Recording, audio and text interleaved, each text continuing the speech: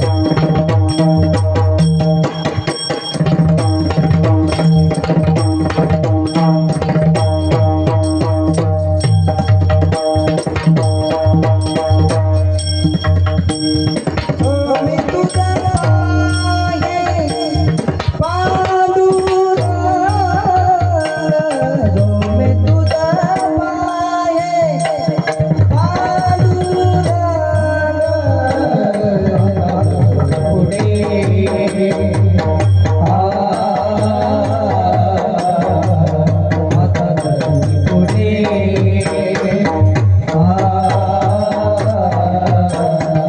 पैसाचे तुला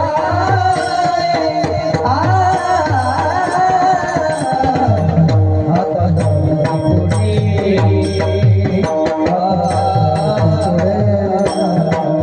आता धरती पुढे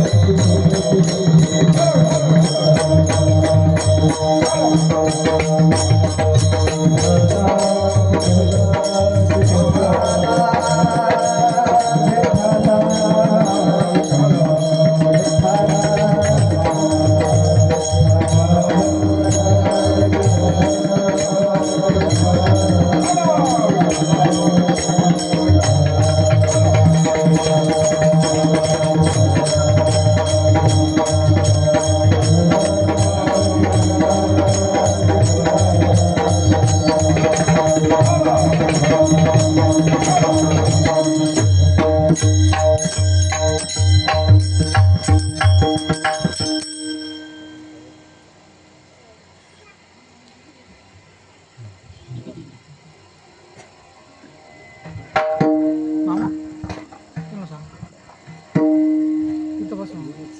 हे रूप गोजरे सगुण, आवडे हे रूप गोजरे सगुण, पाहता लोचन सुखावले. आता दृष्टी पुढे ऐसा चितूर आहे, जो मी तुझ पाहे पांडुरंगा. लाचावले मन लागलीसे गोडी, ते जीवे न सोडी ऐसे झाले. आता दृष्टी पुढे ऐसा चितूर आहे, जो मी तुझ पाहे पांडुरंगा. तुका म्हणे आम्ही मागावी लढीवाळी, पुरवावी आळी माय बापा. आता दृष्टी पुढे ऐसा चितूर आहे, जो मी तुझ पाहे पांडुरंगा. पांडुरंगा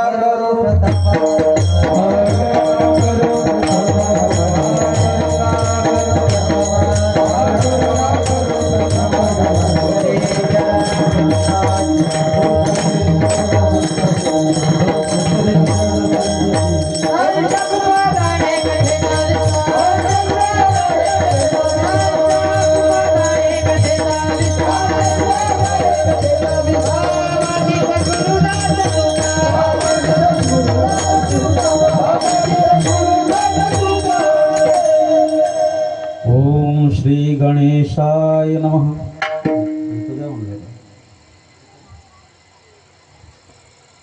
गजाननं भूतगणादिसेवितं, कपित्थजम्बूफलचारुभक्षणं, उमासुतं शोकविनाशकारकं, नमामि विघ्नेश्वरपादपङ्कजम्. वंशी विभूषितकरा नवनीरदाभात्, पीताम्बरादरुणबिम्बफलाधरोष्ठात्, पूर्णेन्दुसुन्दरमुखादरविन्दनेत्रात्, कृष्णात् परं किमपि तत्त्वमहं न जाने. वसुदेवसुतं देवं कंसचाणूरमर्दनं, देवकी परमानन्दं कृष्णं वन्दे जगद्गुरुं. या कुन्देन्दुतुषारहारधवला, या शुभ्रवस्त्रावृता, या वीणावरदण्डमण्डितकरा, या श्वेतपद्मासना, या ब्रह्माच्युतशङ्करप्रभृतिभिः देवै सदा वन्दिता. सा मां पातु सरस्वती भगवती निःशेषजाडापहा. गुरुर्ब्रह्मा गुरुर्विष्णु गुरुर्देवो महेश्वरः, गुरुः साक्षात् परब्रह्म, तस्मै श्री गुरवे नमः. नारायणं नमस्कृत्य नरं चैव नरोत्तमं, देवीं सरस्वतीं व्यासं ततो जयमुदीरये. भक्ति भक्त भगवंत गुरु चतुर्नाम बपुए, इनके पद वंदन किए नाशै विघ्न अने.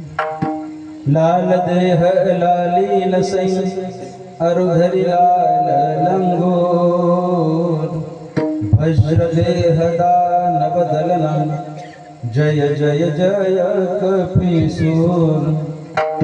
जय जय जय कपीसूर, जय जय जय कपीसूर. नमो ज्ञानेश्वरा नमो नमो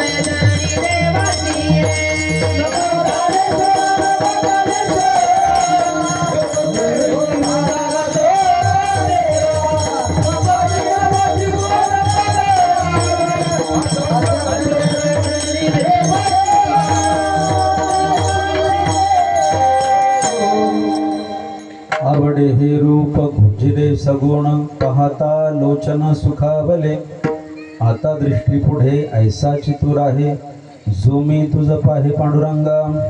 प्रस्तुत कीर्तन रूपी सेवेसाठी निवडलेला अभंग जगद्गुरु तुकोबारा यांचा 4 चरणाचा भगवत संबंधाने भगवंताकडे प्रार्थना करणारा असा आहे. विठाला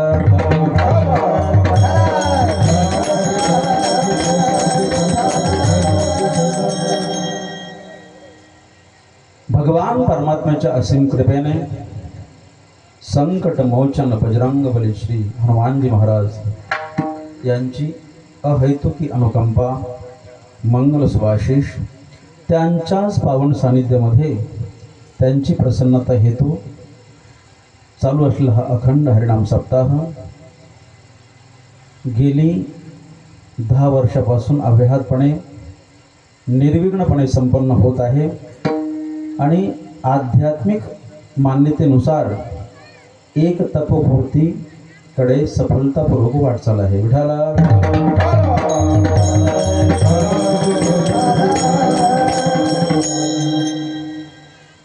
बजरंग बली श्री हनुमंतराय यांचा हा पावन दरबार आणि दहेगावचाच हा एक भाग, परंतु नरसपूर, सारंगपूर, जिठ्ठाण, मुरमी, जळगाव सगळ्यांचं प्रेम संपादन करून सगळ्यांशी आत्मीयता भाव, सख्यत्वाची भावना त्याचा मान सन्मान करून या ठिकाणी सप्तदिवसीय पंचदिवसीय हे अनुष्ठान संपन्न होत आहे.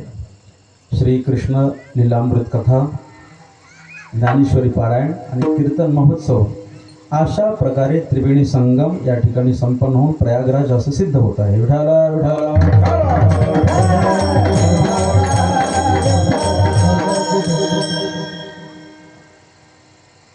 अहिल्यादेवी नगर बरोबर ना, असं या परिसराचं नावलौकिक आहे. ज्या राणी माई साहेबांनी प्रदीर्घ कालपर्यंत सुशासन काय असतं, धर्म संस्कृतीसाठी जीवन समर्पित करून शासन कसं करावं, ज्वलंत आणि जिवंत उदाहरण संपूर्ण जगासमोर प्रस्तुत केलं अशा त्या अहिल्याबाई देवी होळकर. विठाला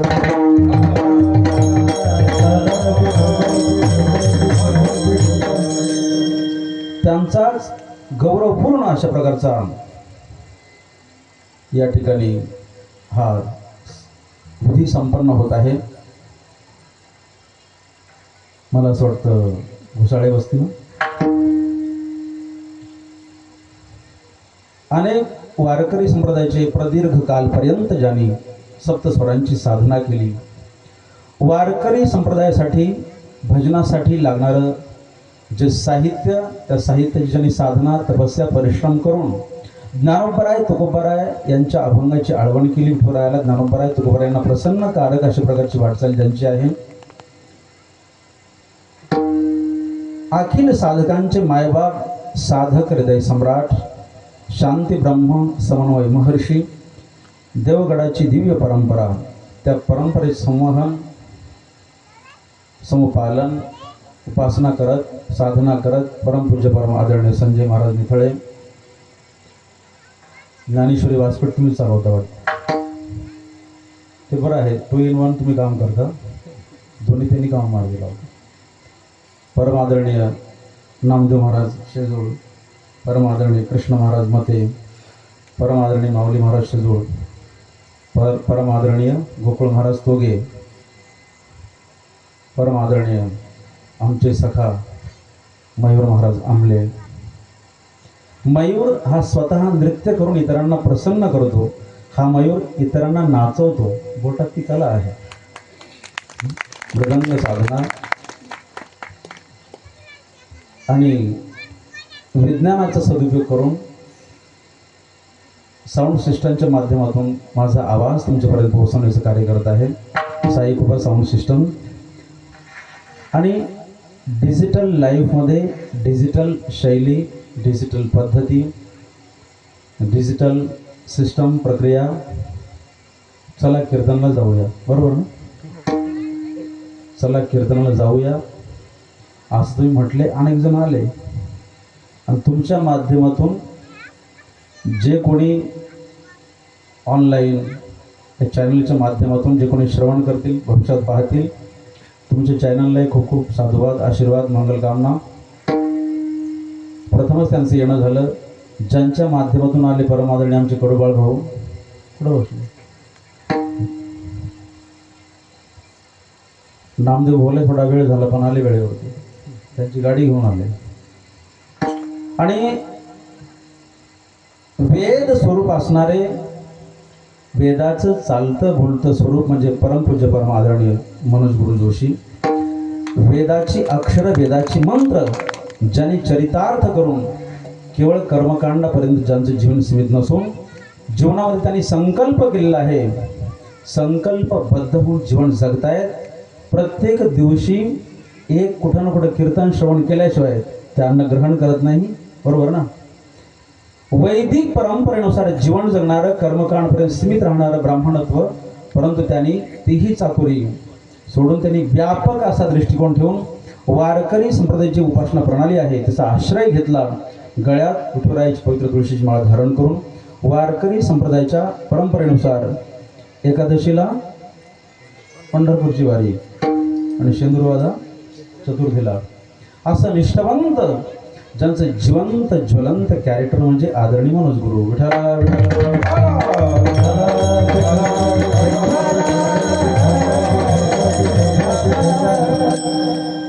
आणि पंचक्रोशी परिवार या सगळ्यांचा समावेश करून भगवत चरणानुरागी माझी मातृशक्ती व पितृशक्ती आपल्या आभ्यंतरिक सात्विक ऊर्जेला माझा प्रणाम.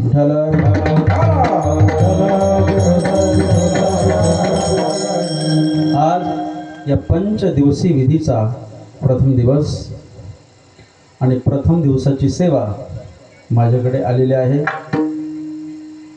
आणि माझ्या पद्धतीनं प्रामाणिकपणे वेळेवर येण्याचा प्रयत्न केला. माऊली महाराज नामनिष्ठ साधनेचा मूर्तिमंत आविष्कार पूज्य राऊत बाबाजी, समन्वय महर्षी पूज्य देवडचे बाबा या दोन्ही महापुरुषांनी जी काही जिम्मेदारी दिली, भूमिका दिली ती पार पाडत वेळ होतच असतो. तरी वेळेचं भान ठेवून, नंतर महाप्रसाद आहे ना, वेळेचं भान ठेवून 10 वाजेपर्यंत कीर्तन करण्याचे प्रामाणिक प्रयत्न करू.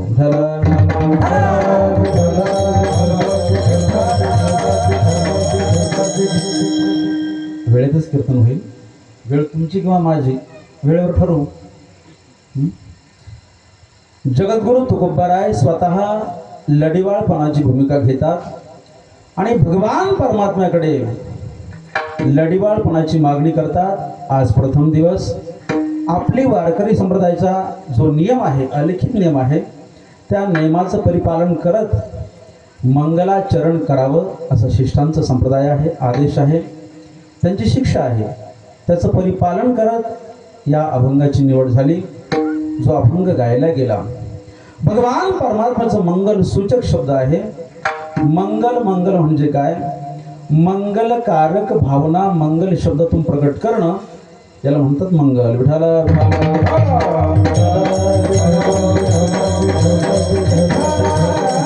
मग मंगल आचरण आहे ज्यांचं, त्यांच्या संबंधाने त्यांचा आठवण करणं, त्यांचं स्मरण करणं, आणि त्या संबंधाने काहीतरी मंगल शब्दांचं प्रकटीकरण म्हणजे मंगलाचरण. विठाला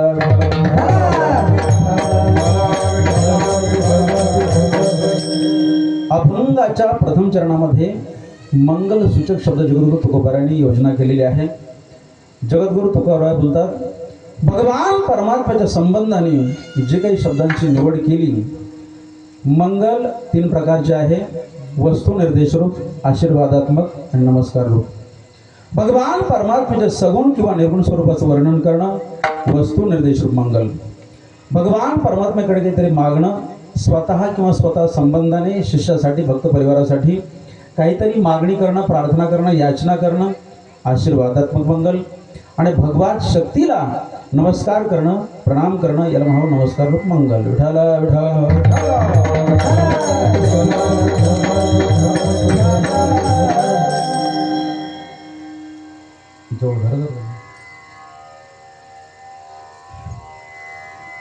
जगद्गुरु तुकोबाराय या अभंगाच्या माध्यमातून मंगल साध्य करून त्यांच्या आध्यात्मिक जीवनाची वाटचाल प्रारंभ करतात.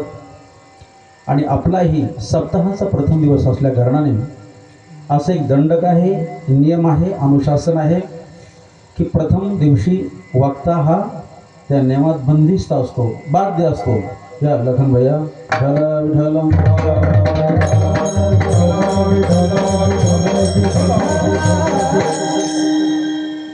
त्यांना थोडी मदत करा जरा.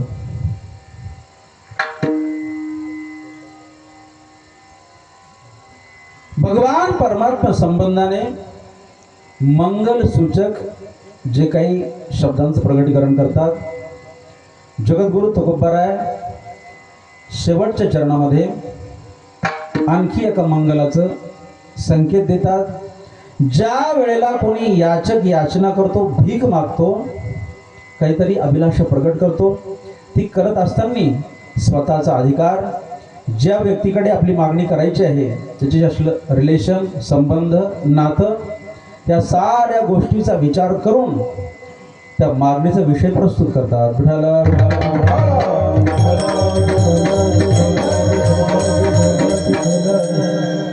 भगवान परमात्म्याच्या संबंधाने लौकिक जीवन जगत असताना अर्थ हा व्यवहाराचा प्राण आहे. जगात कोण मोठा? ज्याच्या खिशात नोटा तो मोठा. मग नोट, धन, संपदा याच्या संबंधाने बँकेत जाणं झालं की बँकेत जाणारे 2 लोक असतात. एक बँकेत पैसे जमा करण्यासाठी आणि पैसे काढण्यासाठी. परंतु आध्यात्मिक बँक म्हणजे भगवान परमात्म्याचे चरण, त्याचं मंदिर, त्याचं स्थान. आध्यात्मिक बँकेत जाण्यासाठी फक्त लोक एका स्वार्थापोटी जातात, बँकेतून पैसे काढण्यासाठी.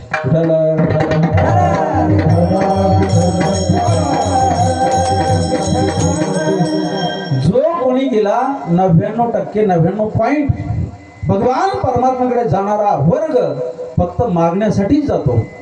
आणि लौकिक संपदा डोळ्यासमोर ठेवून, लौकिक अभिलाषा डोळ्यासमोर ठेवून त्याचा एकच मानस, एकच हेतू, मूलभूत असणाऱ्या त्याच्या गरजा, मूलभूत असणाऱ्या आवश्यकता, अन्न, वस्त्र, निवारा या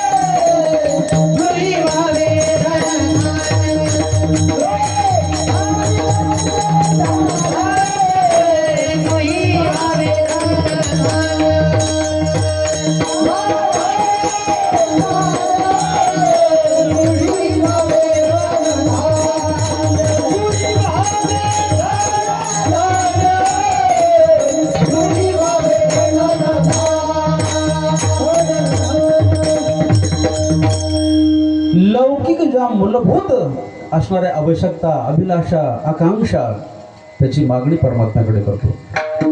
भगवान परमात्म्याकडे गेल्यानंतर भगवत संबंधाने मागणं आणि भगवान परमात्म्याकडे गेल्यानंतर जगत संबंधाने मागणं या दोन साधक वर्गांचा विचार जर केला, लौकिक मनोरथ डोळ्यासमोर ठेवून लौकिक काहीतरी मागणारा एक वर्ग आहे आणि मानवी जीवनाचं मूल्याचं मूल्यांकन करून त्या संबंधाने मागणारा एक वर्ग आहे. मग लौकिक जीवनामध्ये पत्नी आहे, मुलं आहे, सुख समृद्धीचे संसाधन आहे. बाबा रे, शास्त्रकार बोलतात धर्म अर्थ काम मोक्ष 4 प्रकारचे पुरुषार्थ आहे. त्यापैकी पत्नी मुलं भौतिक सुखाचे संसाधन, स्वतःचं प्रारब्ध आणि स्वतःचा पुरुषार्थ त्यांनी सुद्धा त्या गोष्टी तो सिद्ध करू शकतो. भगवान परमात्म्याकडे जाऊन मागणी करण्याची गरज काय?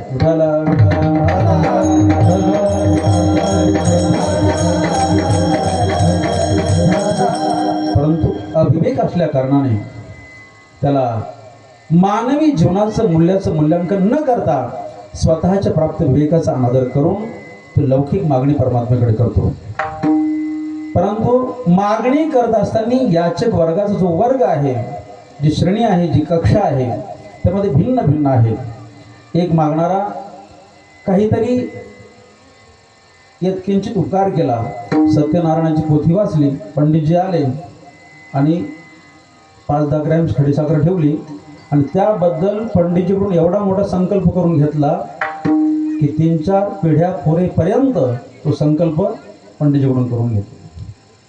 आणि पंडितजी सुद्धा त्याची कंडिशन, स्थिती, आवश्यकता त्याचा विचार करून संकल्प केला पाहिजे. मनोज गुरुजी, नाशिकला माझी कथा, आणि पंडितजी यजमानकडून संकल्प करून घेत होते, रूपम देही यशो देही. अरे बाबा, 95 वर्ष त्याचं वय झालं, आता रूप प्राप्त करून त्याला काय दुसरं लग्न करायचं का? यश, इराण तिकडे युद्ध चालू आहे, जाऊन युद्ध करायचं का? यशाची आवश्यकता काय? आता देवाचं भजन व्हावं, भक्ती व्हावी, परमार्थ व्हावा, या संबंधाने पंडितजीनं संकल्पबद्ध होऊन काहीतरी याचना करावी प्रभूकडे. मग लौकिक काही न मागता आध्यात्मिक मागणं, आणि ते बी अधिकृत होऊन मागणं, हा मोठा जीवनातला पुरुषार्थ आहे.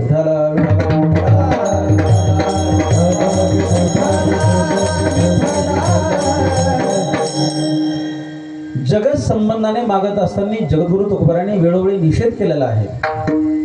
काही मागणे आम्हा वडिलाचे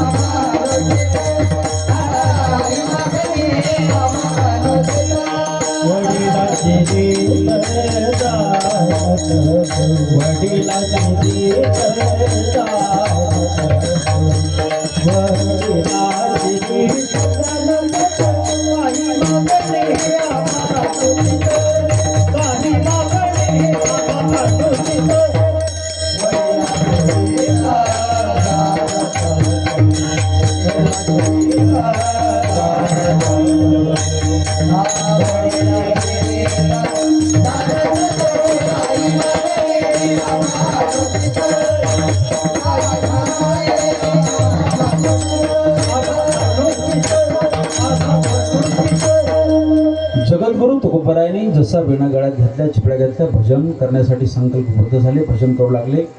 ते करत असताना जो संकल्प केला, जी प्रतिज्ञा केली, पावला पावले त्याचं परिपालन केलेलं आहे. काय? अनेक काही नाही मागणे, सुख संपत्ती राज्य चाड धने, साकडे तुझं न पडे जेणे तुझे भक्ती विण माय बापा. या व्यतिरिक्त तुझं भजन, तुझी प्रसन्नता, तुला प्रसन्नकारक असाचं प्रत्येक पाऊल आहे, याच्याशी मी वचनबद्ध आहे, प्रामाणिक आहे. आणि पावला पावली त्यांच्याच वाङ्मयातून त्याचे दाखले प्रस्तुत होतात.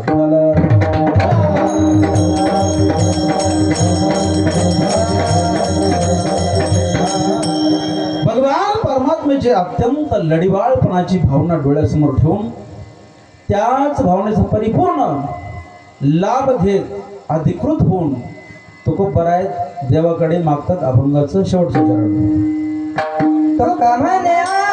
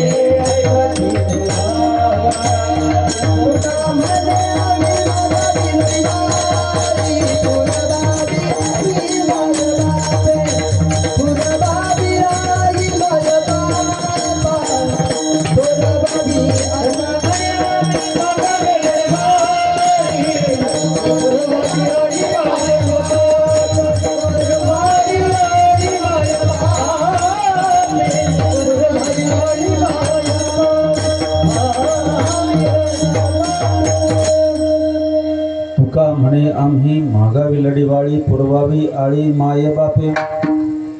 लढीवाळपणा डोळ्यासमोर ठेवून जगद्गुरु तुकोबराय अधिकृत होऊन लढीवाळपणा ह्या नात्याचा परिपूर्ण लाभ घेतात आणि अधिकृत होऊन हट्टपूर्वक देवाला हेच दे अशा प्रकारची मागणी करतात.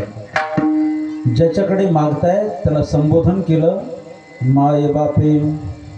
तसा भगवान परमात्मा संपूर्ण जगाचा पिता आहे. पिता हमस्य जगतो माता धाता पिता म्हणून आईची 4 लेकरं जरी असले तरी 4 लेकरांचा परिपूर्ण आई लाड करतेच अशातला भाग नाही. त्यातला अत्यंत वात्सल्यपूर्ण भावनेयुक्त एखादाच मुलगा असतो लाडका. तसं जगद्गुरु तुकोबराय परमात्मा संबंधाने बोलताना संपूर्ण जगाचे तुम्ही पिता आहात. त्वमेव माता च पिता त्वमेव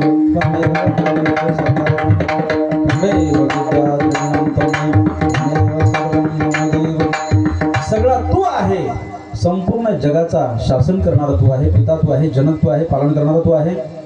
लालन पालन संपूर्ण जीवाचं संचालन तू करतो. पण तरी सुद्धा जे तुझ्या चरणाजवळ आहे तुझे लाडके आहे त्या लाडक्या श्रेणीमध्ये आमचा समावेश होतो. म्हणून ती भावना डोळ्यासमोर ठेवून जगद्गुरु तुकोबराय देवाकडे मागतात. देवा आमचा लढीवाळपणा डोळ्यासमोर ठेवून आमची इच्छा पूर्ण कर. काय इच्छा आहे? ज्या रूपाला बघून अनेक ऋषीमुनी जपस्वी तपस्वी परिपूर्ण जीवनाचा त्यांनी आनंद घेतला. मानवी जीवनाची ती कर्तव्यता झाली. जीवन सिद्ध झालं. अशा प्रकारची दिव्य दृष्टी डोळ्यासमोर ठेवून मागणी करतात. विठाला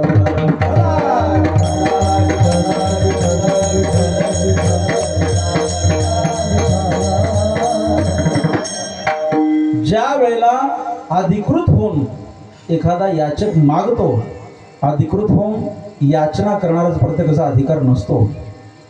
एखादा भिकारी आला, पहिल्यांदा गावात गेला, अलख निरंजन म्हणून आवाज दिला. एखादी माता माऊली आली, बाजरीची शिळी भाकरी चटणी, तो म्हटलं हे नाही पाहिजे. मग गावरान तूप लावलेली पुरणाची पोळी पाहिजे, कांद्याचे भजे पाहिजे. आम्हाला चालत नाही म्हणून कांद्याचे भजे पाहिजे, सोबत सार पाहिजे. ही मागणी करण्यासाठी तुझा अधिकार आहे का? एक माता माऊली स्वयंपाक करत होती. भिकाराने आवाज दिला, ती बाहेर आली. म्हटले भाकरी पाहिजे. म्हटले शिळी चालेल? म्हटले हो चालेल, मग उद्या सकाळी ये म्हटले. कारण आता ताज्या केलेल्या ताज्या शेळ्या होण्यासाठी 1 रात्र तरी जावं लागेल ना. उद्या सकाळी ये म्हटले. मग कारण आता ताज्या केलेल्या आहे आणि तूच शेळ्या भाकरीची काय केली? ऑर्डर केलेली आहे. परंतु भगवान परमात्म्याकडे मागत असताना जगद्गुरु तुकोबराय अधिकृत होऊन मागतात. हा अधिकार याचनाचा विषय, मागणीचा विषय भिकाऱ्याने निश्चित करण्याचा अधिकार, त्यासाठी असणारी लढीवाळपणाची भावना जगद्गुरु तुकोबरायांकडे आहे. विठाला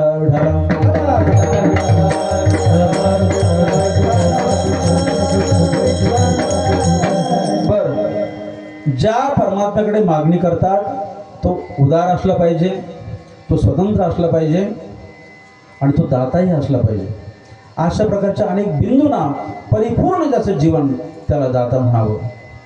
दान, दान म्हणजे काय, दानाची क्रिया म्हणजे काय, त्याची व्याख्या केलेली आहे शास्त्रामध्ये. स्वस्वत्व निराकार पूर्वकम परसत्व आपादानम दानम. उठाला. एखादी वस्तू एखाद्या व्यक्तीला दान केली, दान केल्यानंतर त्या वस्तूवर असणारं स्वतःचं स्वामित्व ते काढून घेणं आणि ज्या व्यक्तीला दान दिली त्याचं स्वामित्व स्थापित करणं, याला दान अशा प्रकारचं म्हटलं जातं. एखाद्याला गोमाता दान दिली आणि दिल्यानंतर मयूर महाराज दुसऱ्या दिवशी लगेच सकाळी गेला कॅन घेऊन, काय दूध द्या म्हटले, काय मी गाय दान केली ना. अरे बाबा, दान केली, तुझं स्वामित्व संपलं.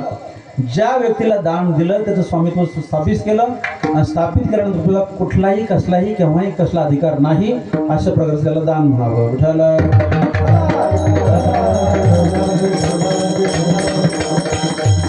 भगवान परमात्मा आतापर्यंत देणाऱ्यांमध्ये त्याचा उच्च अंक आहे. तुझे अवदारे जाणो स्वतंत्र, देताना काय, देताना म्हणे पात्र पात्र, ते कैवल्या ऐसे पवित्र वैरिया ही दिधले. यशोदा माईला जी गती दिली, सद्गती दिली, तीच गती सद्गती मोक्ष त्यांनी पुत्र मावशीला देखील दिला. अशा प्रकारचा व्यापक दृष्टिकोन ठेवणारा हा दाता, हा पिता, संपूर्ण जगाची कल्याणाची भावना ज्याच्या हृदयात नांदते त्यालाच परमात्मा म्हणावं.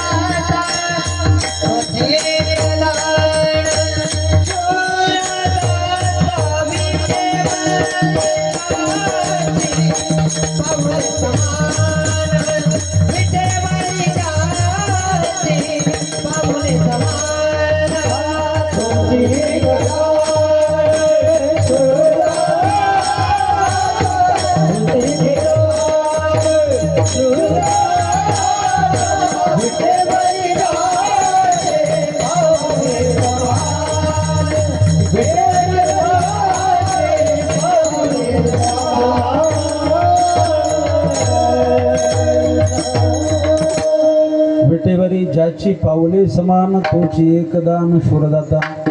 जगद्गुरु तुकोबराय चकारात्मक बोलतात. चकार हा इतरांची व्यावृत्ती करतो.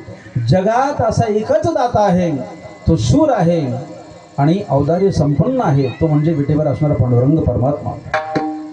मग ज्या भगवान परमात्म्याच्या संबंधाने बोलतायत त्याला मायबाप अशी संज्ञा दिलेली आहे, लढीवाळपणाची भावना प्रकट करत आहे. त्याच प्रभूचं असणारं सौंदर्य, लावण्य जगद्गुरु तुकोबराय अभंगाच्या प्रथम चरणातून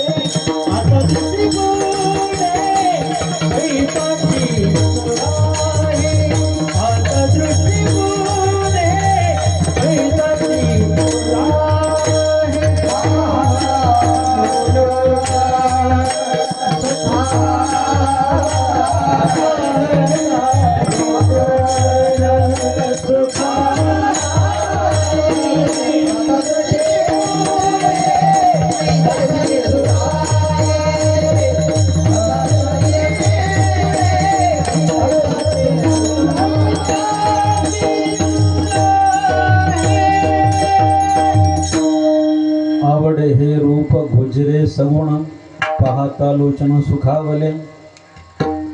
भगवान परमात्म्याचे जे लावण्ययुक्त स्वरूप आहे हे अत्यंत आम्हाला आवडतं. आवड ही नैसर्गिक असते.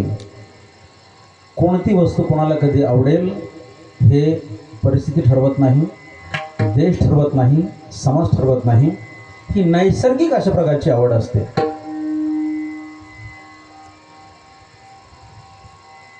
गुरुजी, आवड आणि गरज या माऊली पुढे या ना. विठ्ठल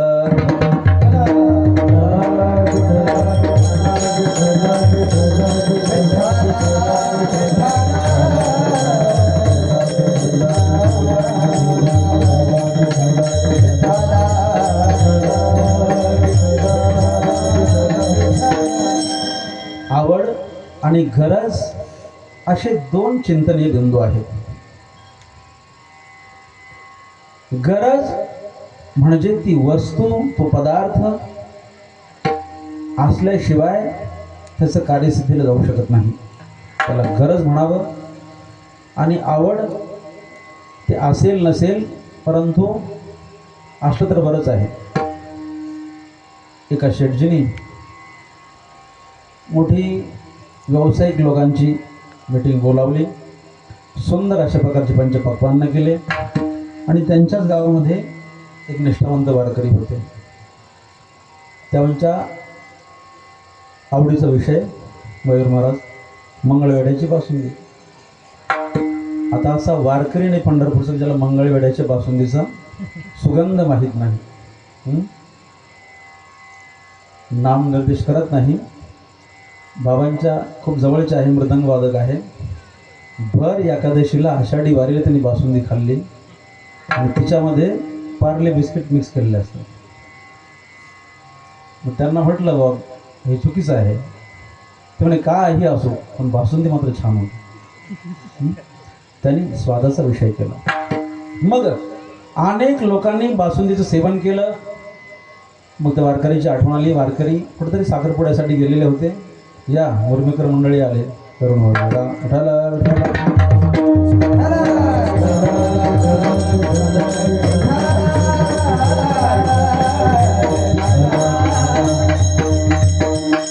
रात्री 9 वाजेची वेळ होती. वारकरी आपला कार्यक्रम आठवून घरी आले. शेठजीला कळालं.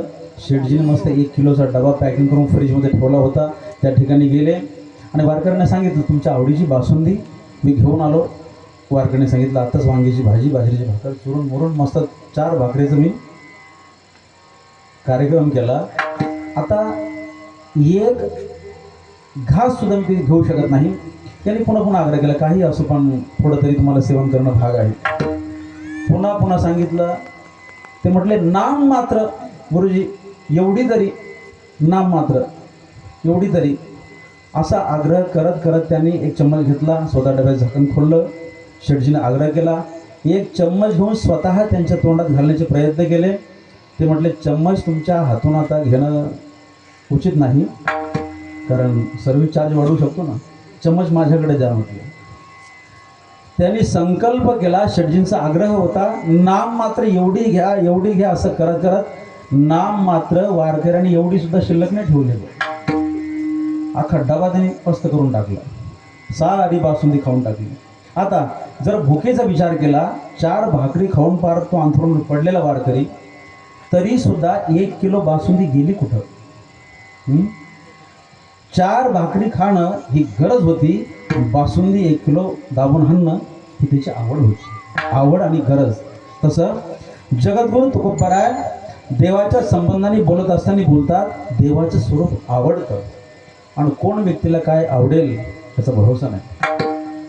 आवड देश ठरवत नाही, समाज ठरवत नाही, कोणी आवडीची व्यक्ती ठरवत नाही. आवड हा नैसर्गिक भाव आहे.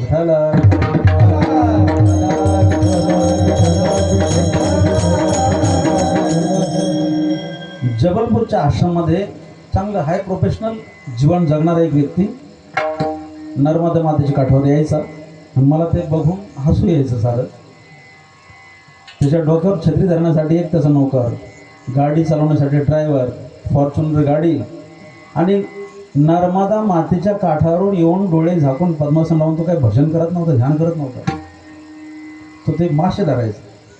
आता त्याने ऑर्डर केली 2-5 किलो ताजे फ्रेश मासे भेटतील त्याला, परंतु आवड काय मासे, आणि 2-5 घंटे तो रोज घालवायचा. म्हणजे कोणाची आवड काय असेल हे सांगता येत नाही. झाला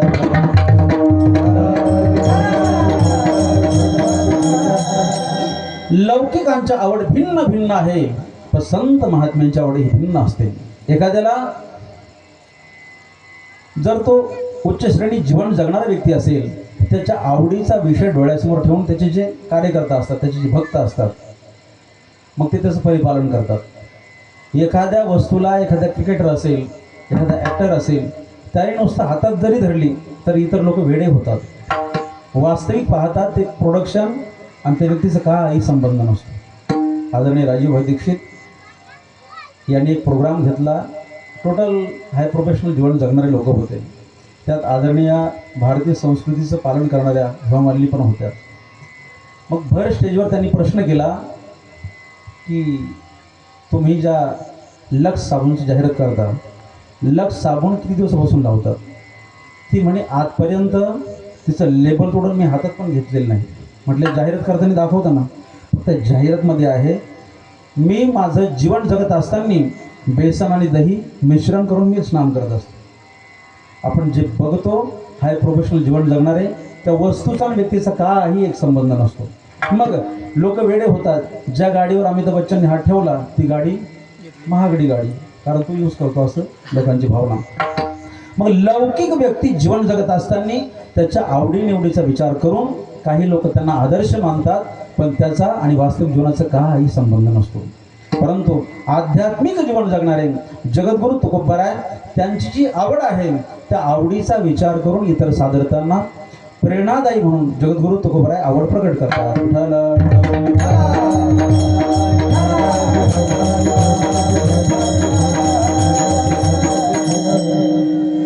भगवान परमात्म्याच्या संबंधाने लक्षपूर्वक आहे का, आवड आहे ईश्वर संबंधाने, आणि ज्याच्या संबंधाने जी आवड आहे ती आवड प्रकट करणं हे आहे भगवान परमात्म्याच्या खऱ्या सच्च्या भक्तांचं लक्षण. लौकिक जीवन जगत असताना आपल्या आवडीनिवडीचा विचार, आपल्या भावनेचा आदर समोरचा व्यक्ती करेल यात काही शाश्वती नाही. एक मोठे संत महात्मे एका भक्ताकडे गेले, बैठकीत बसले, दुधाचा ग्लास त्यांच्याकडे येईपर्यंत त्यांनी समोर बघितलं. बैठकीमध्ये अनेक नट्यांचे फोटो होते आणि ते आल्यानंतर ते महाभागला विचारलं, का रे म्हटले नट्यांचे फोटो? ते म्हटले मला ते आवडतात. काय बोलला? मला ते आवडतात. अरे पण तुझी आवड त्यांच्यापर्यंत पोहोचली का? त्यांना तू आवडतो का? म्हटले मला माहीत नाही. मग आपल्या आवडीचा विचार समोरच्या व्यक्तीपर्यंत जात नाही, भावना जात नाही, मग ती आवड, त्या आवडीचा विषय निश्चित करून आवड निर्णय घेण्यासाठी तू कारणीभूत आहे, अशा प्रकारची भावना चुकीची आहे. परंतु जगद्गुरू तुकोबारायला देव आवडतो आणि त्याच आवडीचा विषय जगद्गुरू तुकोबाराय ज्या आवडीचा विषय पांडुरंग परमात्मा आहे त्याच्याकडेच प्रस्तुत करतात.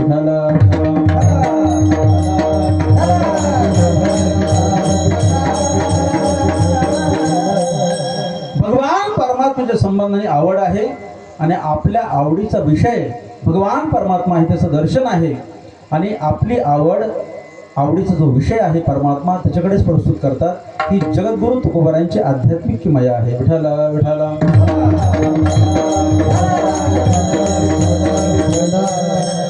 भगवान परमात्मा अत्यंत लावण्ययुक्त आहे, सुंदर आहे, देखणं आहे, आणि ते देखणं रूप बघितल्यानंतर जी काही मनाची अवस्था झाली अभंगाचं तृतीय चरण.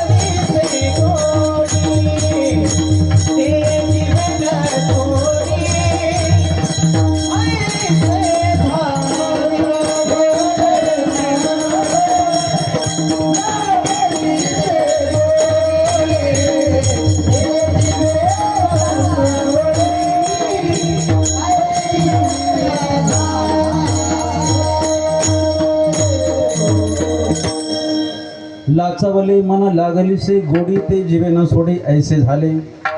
मन हे लालाई झालं.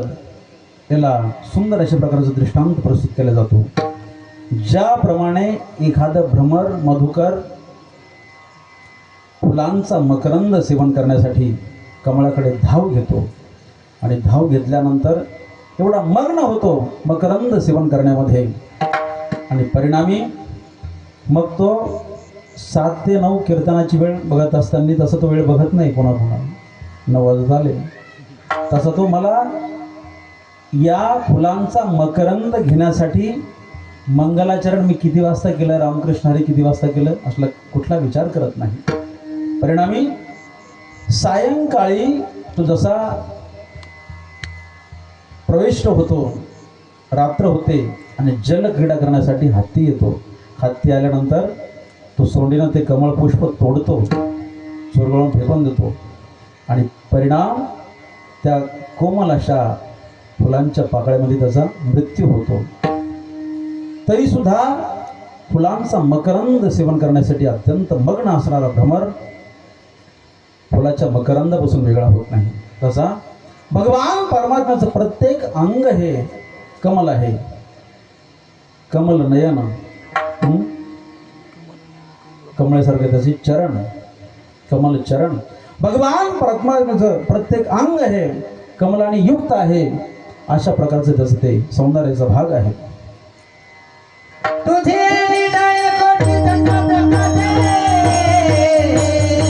कमल नयनाचे वदनाचे कमल नयनाचे वदनाचे तुझे हृदय कोटी दंडाते कमल नयनाचे वदनाचे कमल नयनाचे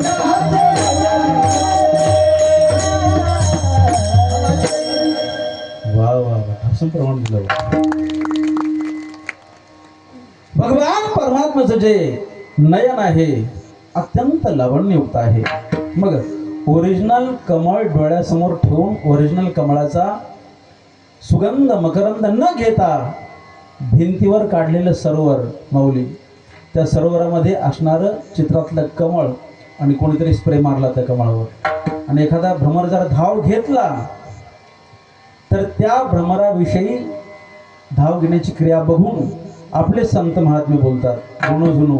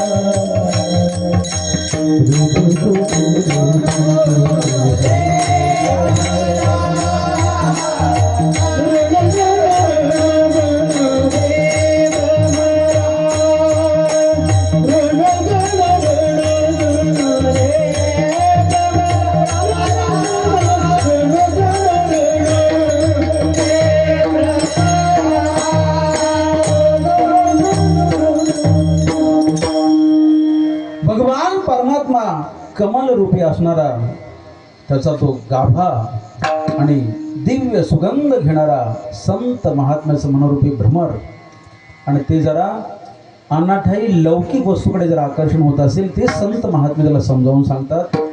ऋण झुनो रे भ्रमरा, सोडी तू अवगुणू रे, सांडी तू अवगुणू रे भ्रमरा, दोन्ही पाठ आहे. अशा प्रकारचे त्याला संदेश देतात. मग लौकिक अशा प्रकारचं जीवन जगणारा तो लौकिक विषयाकडे आकर्षण घेतो, पण ज्याला दिव्य सुगंध प्राप्त झाला, तो सुगंध प्राप्त झाला संत महात्मे, ऋषीमुनी, जपस्वी, तपस्वी, आचार्यगण, आपले संत महात्मे, तोच दिव्य प्रसंग एक राजवैभवशाली जीवन जगणाऱ्या संत मीराबाई. ज्या वेळेला मनरूपी भ्रमर भगवान रूपी कमलाला परिपूर्ण समर्पित झाला, मकरंद त्याचा स्वाद घेऊ लागला, त्यावेळेला लौकिक दृष्टीनं मीराबाईंची अवस्था अत्यंत वेडीपिसी झाली, दयनीय झाली. परिवार, शिष्ट समाज त्याची आलोचना करू लागला. परिवारवाल्यांनी निर्णय घेतला, कोणीतरी उच्च श्रेणीचा वैद्य बोलावला. वैद्याने मीराबाईची नाडी परीक्षण केली. मीराबाई सांगते, वैद्यराज, कुल परंपरा रही है, न जाने कितने परंपरा से आपने राज दरबार की सेवा की है. आपका कौशल्य, आपकी योग्यता, आपका समर्पण मैं आदर करती हूँ, लेकिन जो दर्द है, जो पीड़ा है, ये नब्ज में नहीं है, तन का दर्द नहीं है. परेशानी, दर्द, तकलीफ तन में नहीं मन में है. ये मन की परेशानी है, और मन की बीमारी का इलाज कोई वैद्यराज नहीं, इसका इलाज केवल कृष्ण कन्हैया कर सकता है. घायल की गति घायल जाने, जो कोई घायल हो, छिप छिप मीरा रोए. तिचा दर्द, परेशानी ती जाणू शकते. एखादी माता माऊली म्हटली, अगं बाई, तुला प्रसव पीडा झाली, एवढा त्रास, एवढी वेदना, त्रास होण्याची काही आवश्यकता नाही, त्रास व्हायला नको. तुला आतापर्यंत किती लेकरं झाले? म्हटलं एकही नाही. मग बांझ क्या जाने प्रसव की पीडा. मीराबाई सारखा त्रास, वियोगजन्य दुःख ज्यांना कधी प्राप्त झालंच नाही, ते काय समजू शकतात. भगवान त्याच्या विरहामध्ये रडणारी मीराबाई.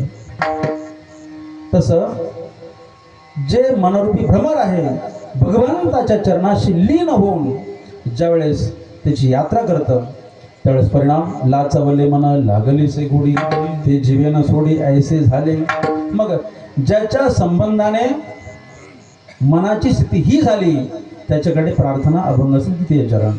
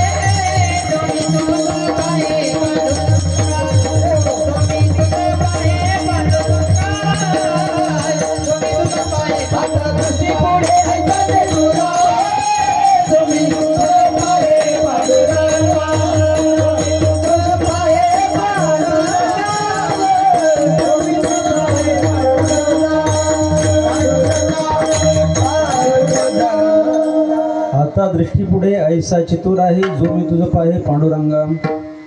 भगवान परमात्म्याचं दिव्य स्वरूप डोळ्यासमोर सारखं टिकून राहावं अशा प्रकारची मंगलकामना प्रकट करतात.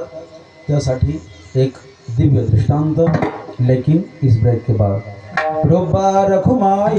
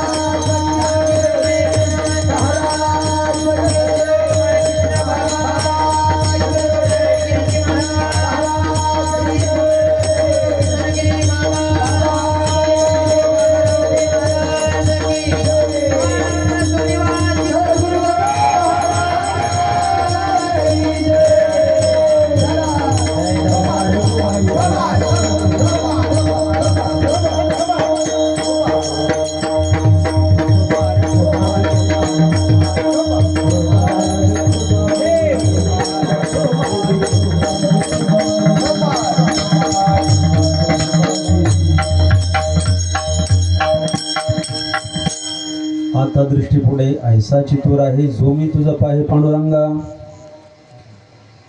भगवान परमात्मा संबंधाने अत्यंत ज्वलंत जिवंत उदाहरण प्रस्तुत करून यच्च यावत मानव जीवाला त्याची प्राप्ती सहजपणे कशी साध्य होते त्यासाठी दिव्य दृष्टांत.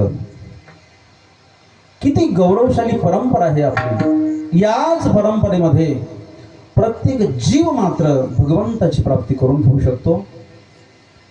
5-7 वर्षाचा ध्रुव प्रल्हाद यांनी सुद्धा देवाची प्राप्ती करून घेतली आणि अंतिम श्वास काही शिल्लक आहे अशा स्थितीमध्ये पोहोचलेला खटवांग नावाचा तो जीवात्मा त्यांनी सुद्धा देवाची प्राप्ती करून घेतली. जर्जर झालेली ज्याची अवस्था आहे तोही देवाची प्राप्ती करून घेऊ शकतो. आणि जीवनाचा ज्यांनी आत्ता कुठेतरी त्याचा विवेक जागी झाला प्रारंभ केला तोही देवाची प्राप्ती करून घेऊ शकतो. उत्तनपाद नावाचा राजा सुरुची आणि सुनीती दोन त्याच्या पत्न्या. सुनीती म्हणजे नीती संपन्न जीवन जगणारी, सुरुची म्हणजे लौकिक विषयाला अनुसरून जीवन जगणारी. 2 पद्धतीच्या त्याच्या पत्न्या होत्या. आणि सुनीतीला असणारा ध्रुव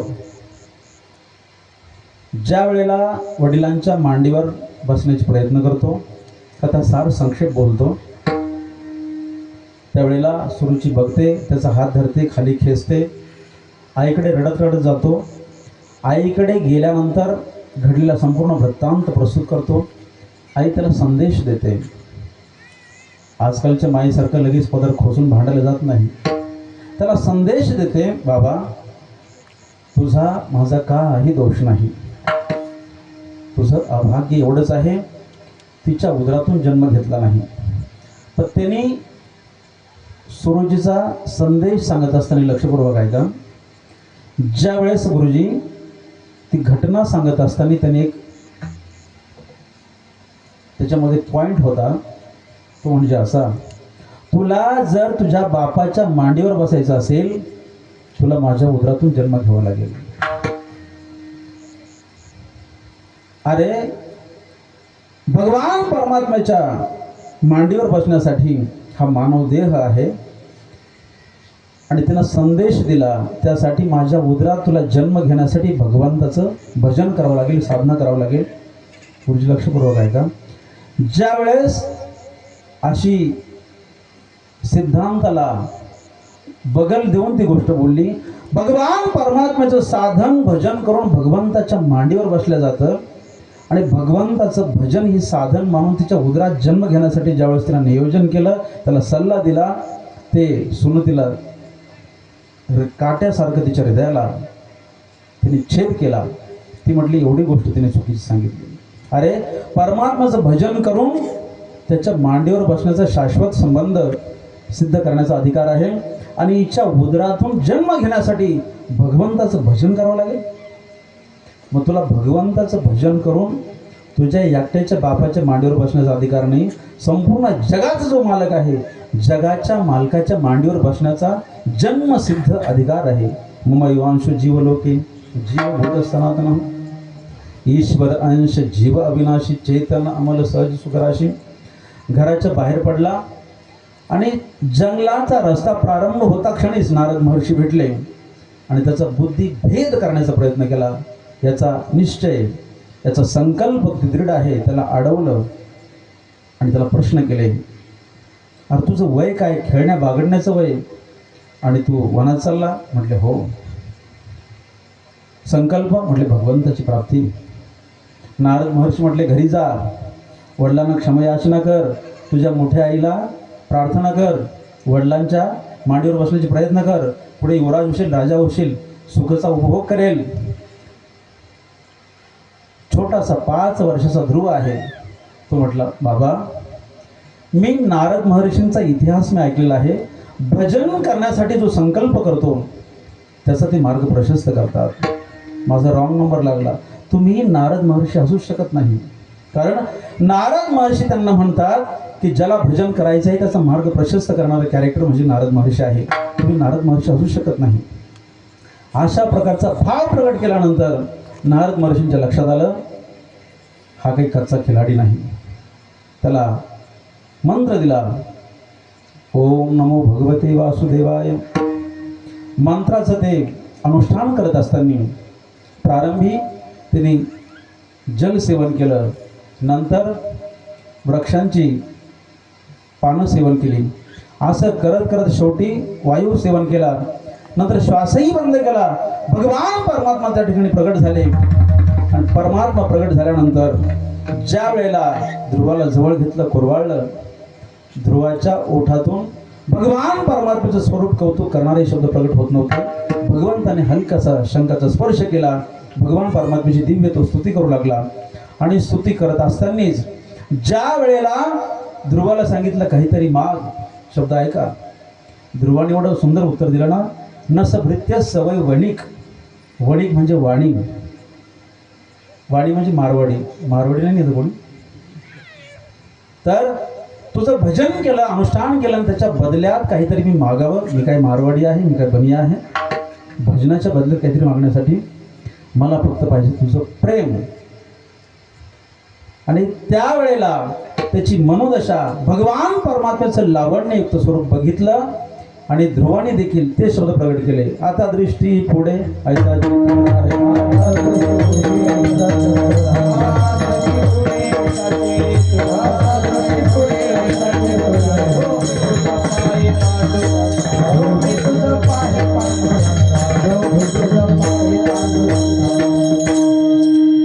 सज्जन हो, ऋषी मुनी जपस्वी तपस्वी आचार्यगण भारतीय चिंतन हेच सांगतं मानवी जीवनाची ती कर्तव्यता, मानवी जीवनाचं मूल्य, मनुष्य जीवनाची सार्थकता भगवान परमात्म्याच्या भजनामध्ये आहे, त्याच्या सिद्धीमध्ये आहे, त्याच्या दर्शनामध्ये आहे, त्याच्या साक्षात्कारामध्ये आहे. आणि त्या व्यतिरिक्त खूप काही संपादन केलं. मुंबई पुणे मोठे मोठे फ्लॅट घेतले, 40-50 एकर बागाई जमीन घेतली, ऊस लावला, साऱ्या गोष्टी केल्या आणि फक्त भगवंताचं भजन नाही केलं तर नाही तरी गेला जन्म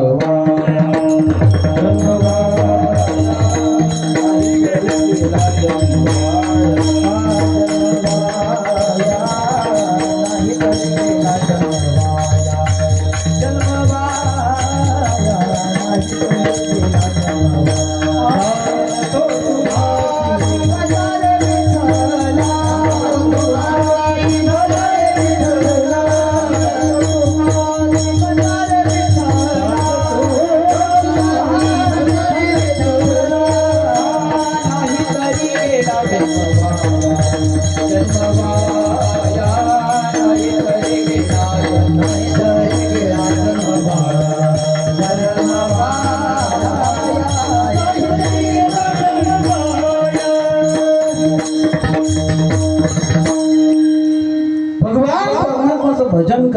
हा मानव देह भेटलेला आहे, त्या व्यतिरिक्त कोणतंही कार्य सिद्ध केलं तर त्या वस्तूचं दुरुपयोग करण्याचं पातक लागेल आणि भगवान परमात्म्याच्या प्राप्तीसाठी भेटलेला हा नरदेह त्याची इति कर्तव्यता संपादन न करता अनाठाई विनियोग केला तो दोष लागेल.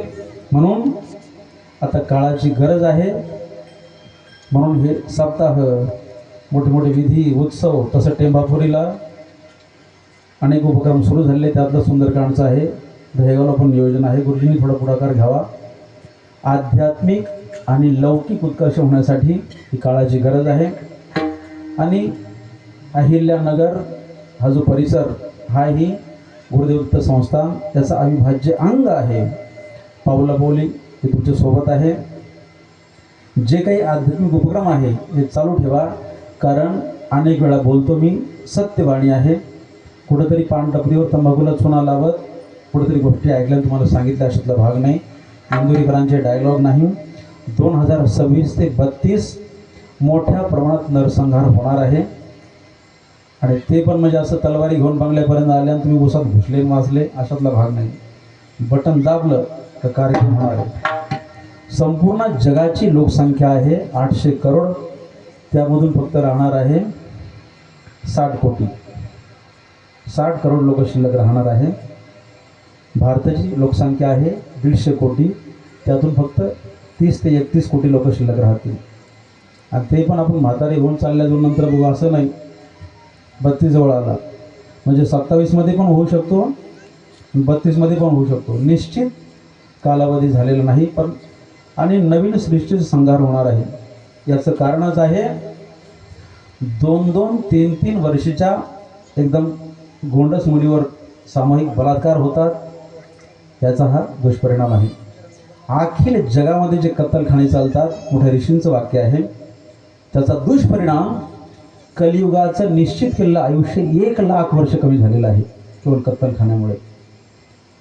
गावरान गोमाता हायब्रिड 4-4, 5-5, 10-10 सांभाळा, पण कमीत कमी एखादी छोटीशी कारवड तिची सेवा करा. कारण एका गोमातेला एका वेळेला हिरवा चारा देऊन परिपूर्ण जर संतुष्ट केलं तर काशीच्या विद्वान ब्राह्मणाला 100 ते पण दक्षिणेसहित, नुसतं आमटे भाकरीन हे नाही, दक्षिणेसहित सेवा करून जे पुण्य लागतं 100 ब्राह्मण काशीची, तेवढं गावरान गोमातेला एक वेळा चारा दिल्याचं पुण्य लागतं.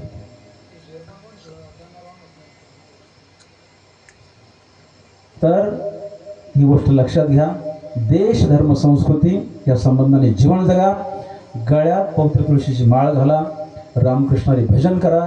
ज्ञानोबराय तुकोबराय यांना अपेक्षित असणारा परमार्थ जीवनात लागू करा. जीवनाचं कल्याण करून घ्या. असेच गुरुदेव संस्थांचे अनेक दिव्य उपक्रम आहे. प्रत्येक गुरुवारी 11 ते 12 होम हवन यज्ञ होतो. जनहित जनन कालागरी असं हे मिशन आहे. आणि प्रत्येक पौर्णिमेला संध्याकाळी 7 ते 9 या वेळेमध्ये कीर्तन, प्रवचन, परिस्थितीनुसार, नंतर महाप्रसाद. आणि ज्या काही आध्यात्मिक भौतिक ज्या काही समस्या आहे, आध्यात्मिक जीवन जगण्यासाठी अनेक उत्तम पैलू आहे, सगळ्यांचं दिग्दर्शन, मार्गदर्शन त्या ठिकाणी दिलं जातं. भौतिक आध्यात्मिक समस्येचे निराकरण त्या ठिकाणी होतं.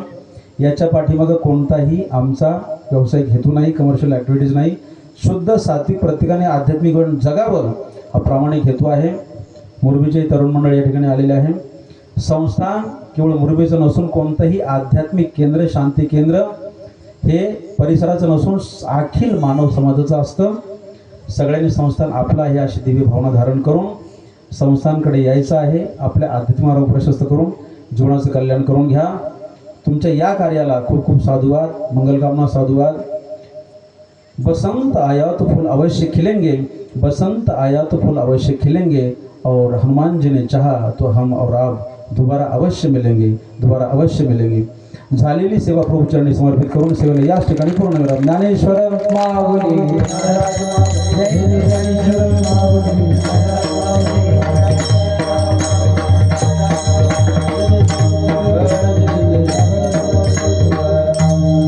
विठ्ठल जय जय.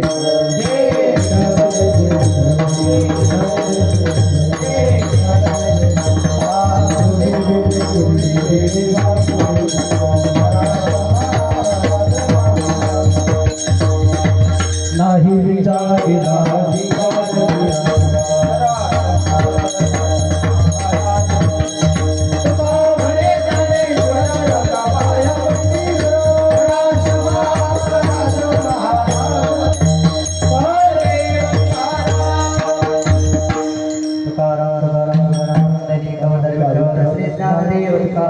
हरिनाथ भगवान की जय, माऊली ज्ञानेश्वर महाराज की जय. सर्व संत 2 मिनिटं कृष्ण विपरीत कोणी उठू नका. भगवंताच्या कृपा आशीर्वादाने साधू संतांच्या कृपेने चालत असलेला अखंड हरिनाम सप्ताह, या सप्ताहातील प्रथम दिवसाची कीर्तन सेवा हरिभक्त परायण परमपूजनीय वंदनीय ज्येष्ठ गुरुबंधू आचार्य स्वामी